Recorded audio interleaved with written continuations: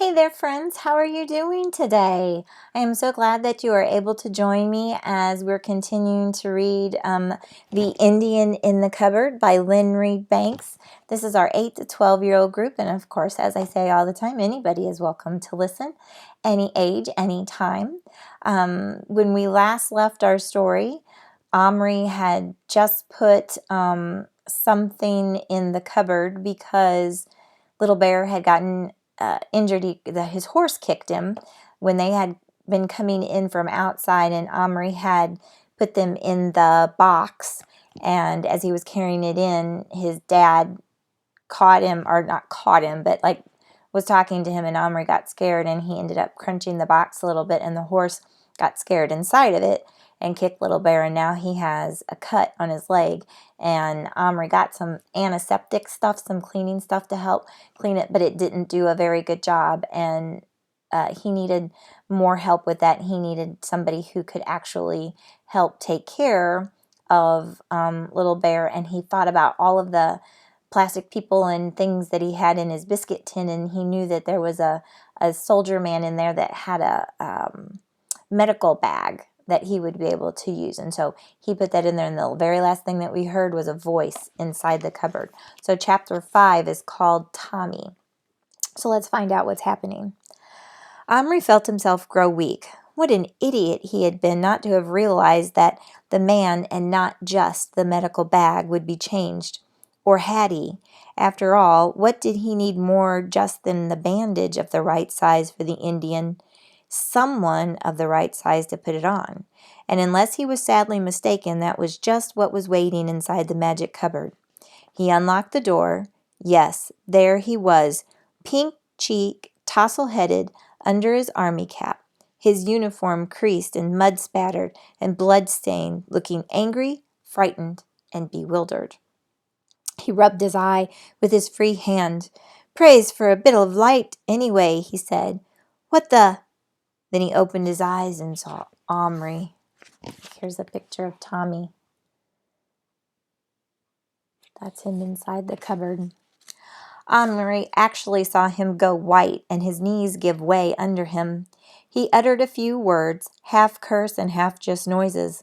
He dropped the bag and hid his face for a moment. Omri said hastily, "Please don't be afraid. It's all right. Then he had an absolute inspiration. "I'm a dream you're having. I won't hurt you. I just want you to do something for me, and then I'll wake you up."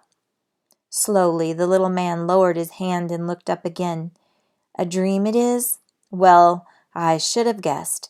Yes, of course, it would be. The whole rotten war's a nightmare enough, though, without giants and—" He stared around Omri's room. "Still and all, perhaps it's a change for the better. At least it's quiet here. Can you bring your bag and climb out? I need your help." The soldier now managed a rather quick smile and tipped his cap in a sort of salute. "Right you are. With you in a tick," he said, picking up his bag, clambered over the edge of the cupboard. "Stay on my hand," Omri commanded. The soldier did not hesitate a moment, but swung himself up by hooking his free arm around Omri's little finger. "Bit of a lark this is," he remarked. "I won't half enjoy telling the fellows about this dream of mine in the trenches tomorrow." Omri carried him to the spot where Little Bear sat holding his leg, which was still bleeding. The soldier stepped down and stood knee-deep in the carpet pile, staring. "Well, I'll be jiggered," he said. "A bloomin' Indian! This is a rum dream, and no mistake. And wounded, too. Well, I suppose that's my job, is it, to patch him up?" "Yes, please," said Omri. Without more ado, the soldier put the bag on the floor and snapped open its all but invisible little catches. Omri leaned over to see. Now he really did need a magnifying glass, and so badly did he want to see the details of the miniature doctor's bag that he risked sneaking into Gillian's room. Gillian always sleeps late, and anyway, it wasn't even 7 o'clock yet, and pinching him for his secret drawer a pair of magnifying glasses. By the time he got back to his own room, the soldier was kneeling at Little Bear's feet, applying a neat tourniquet to the top of his leg. Omri peered through the magnifying glasses into the open bag. It was amazing. Everything was there.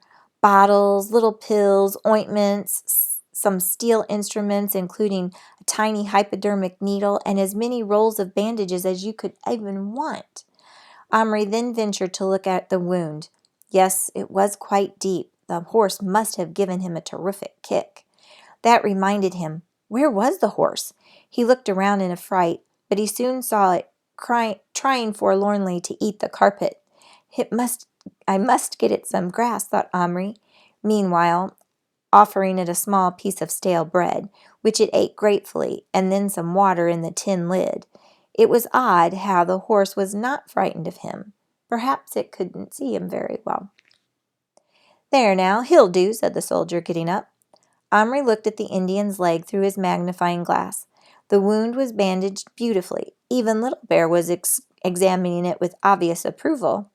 Thank you very much, said Omri. Would you like to wake up now?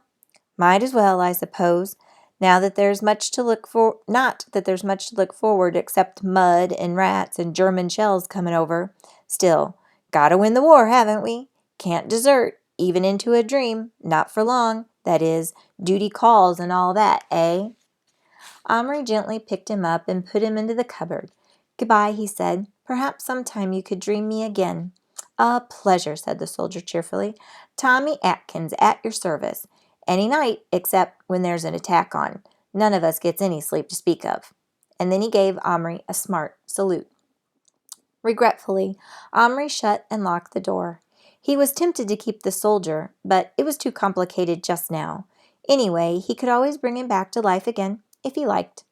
A moment or two later, he opened the door again to check. There was the orderly, bag in hand, standing just as Omri had last seen him, at a salute. Only now, he was plastic again. Little Bear was calmly pulling on his blood-stained leggings. Good magic, he remarked. Leg feel good. Little Bear, what will you do all day while I'm at school? You bring bark of tree. Little Bear make longhouse. What's that? Iroquois house. Need earth, stick post in. Earth, posts. Earth, post, bark. Not forget food, weapons, tools, pots, water, fire. There were no quarrels at breakfast that morning, so Omri gulped down his eggs and ran. In the greenhouse, he found a seed tray already full of soil, well pressed down. He carried that secretly upstairs and laid it on the floor behind the dress-up crate, which was pretty sure his mother wouldn't shift even if it was her cleaning day. Then he took his penknife and went out again. Fortunately, one of the trees in the garden had the sort of bark that came off easily, a silvery, flaky kind. He cut off a biggish strip and then another to make sure. How long was a longhouse? He pulled some grass for the horse. He cut a bundle of thin, strong, straight twigs and stripped off their leaves. Then he went back into his room and laid all of these offerings beside Little Bear, who was seated outside of his teepee, apparently saying his prayers. Omri, came his mother's call from downstairs. Time to go. Omri took out of his pocket the corner of toast he had saved from breakfast and cleaned out the last of the corned beef from the tin. There was some corn left as well, though it was getting rather dry by now. He filled up the Action Man's beaker with water from the bathroom, pouring a little into the horse's drinking lid. The horse was munching the fresh grass with every sign of enjoyment. Omri noticed its bridle had been replaced with a halter, cleverly made of a length of thread. Omri, just coming. The others have gone. Hurry up, you'll be late. One last thing. Little Bear couldn't make a longhouse without some sort of tools besides that knife. He needed an axe. Frantically, Omri rummaged in the biscuit tin. Ah, a knight wielding a fearsome-looking battle-axe. It wasn't right, but it was better than nothing, and it would just have to do. In a second, the knight was locked in the cupboard. Omri!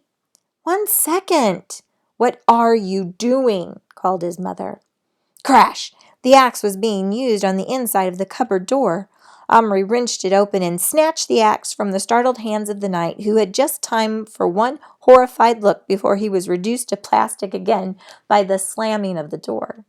Never mind, he had looked most unpleasant just as nights must have looked when they were murdering the poor people in Palestine.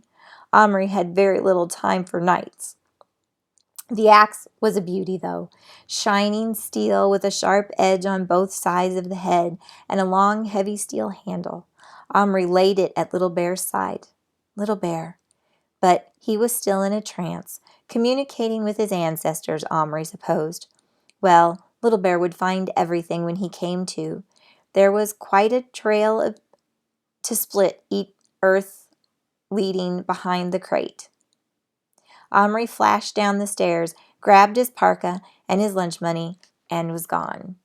So that's one of our shorter chapters. But so it's kind of funny how the night he needed the axe, but he just hurried up and opened up the door and grabbed the axe from that knight who only had enough time to look like kind of frightened and then closed the door. Again, that was funny that he didn't let that knight, live very long or stay alive very long before he turned him right back to plastic. But that was something that Little Bear needed.